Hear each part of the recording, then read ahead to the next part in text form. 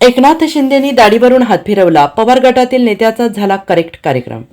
काही दिवसांपूर्वी सुप्रीम कोर्टाने राज्यातील स्थानिक स्वराज्य संस्थांच्या निवडणुका घेण्याचे निर्देश दिले आहेत. त्यामुळे आगामी निवडणुकांच्या पार्श्वभूमीवर राज्यातील राजकीय हालचालींना वेग आला आहे. राज्याचे उपमुख्यमंत्री आणि शिवसेना शिंदे गटाचे मुख्य नेते एकनाथ शिंदे यांनी राष्ट्रवादी शरद पवार गटाचे नेते जितेंद्र आव्हाड यांना धक्का दिला आहे.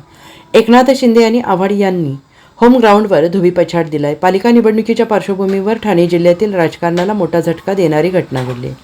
राष्ट्रवादी काँग्रेसचे शरद पवार गट ज्येष्ठ नेते आणि कळवा खारेगाव परिसरात प्रभावशाली मानले जाणारे मिलिंद पाटील यांनी थेट उपमुख्यमंत्री एकनाथ शिंदे यांच्या नेतृत्वाखाली शिवसेनेत प्रवेश केला आहे.